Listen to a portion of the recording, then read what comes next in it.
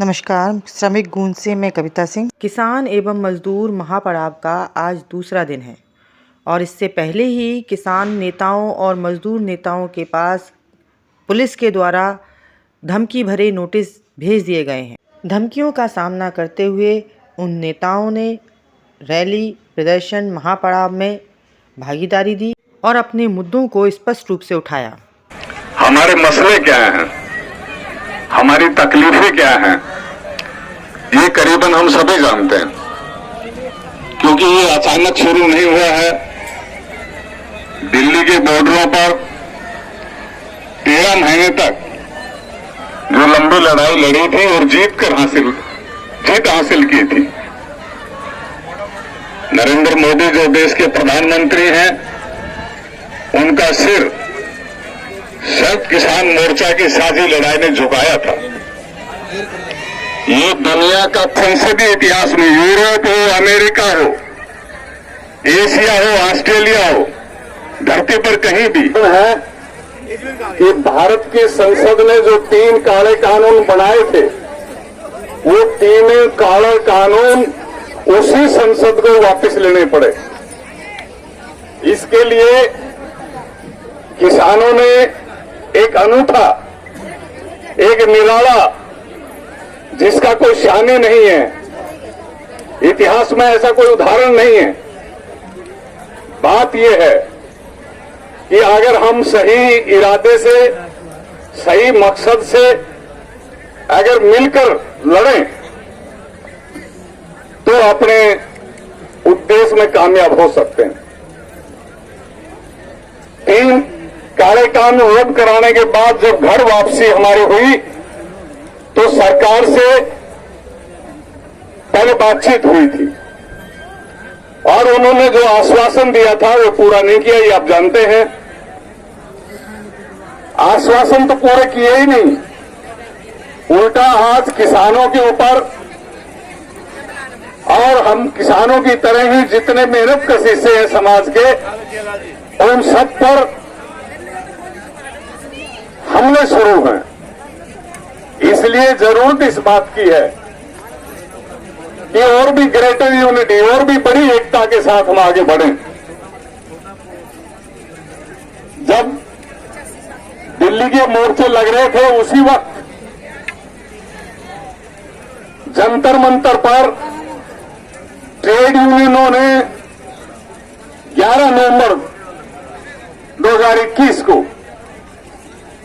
Trade यूनियनों ने एक सम्मेलन बुलाया था जंतर मंतर पर और उस सम्मेलन में हमारे किसान संगठनों को, संयुक्त किसान मोर्चा के नेताओं को, अगुवा नेताओं को आमंत्रित किया था, सम्मानित किया था। उस दिन एक नई नींव पड़ी थी कि क्यों ना किसान और मजदूर मिलकर जो नारा लगाते आए हैं उसको साकार करें।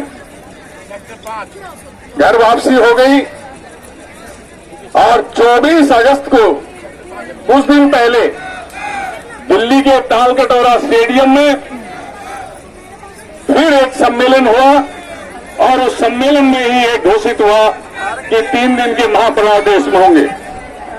जितना मेरी जानकारी है, तमिलनाडु हो, चेन्नई उसकी राजधानी मद्रास, पश्चिमी बंगाल का कलकत्ता हो, हमारा उत्तर प्रदेश का लखनऊ हो, चाहे कर्नाटक का बंगलोर हो, चाहे उड़ीसा का भुवनेश्वर हो, आज करीबन देश की तमाम राजधानियों में बड़े बड़े इजलास हो रहे हैं।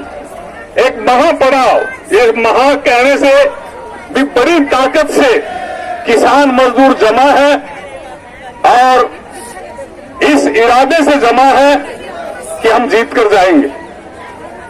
मैं एक बात मैंने शुरू में कही, हम एमएसपी लेना चाहते हैं। जो हमारी लागत है, लागत से 1.5 गुना दाम। अगर लागत की लागत ही मिले तो हमारी गृहस्थी कैसे चलेगी?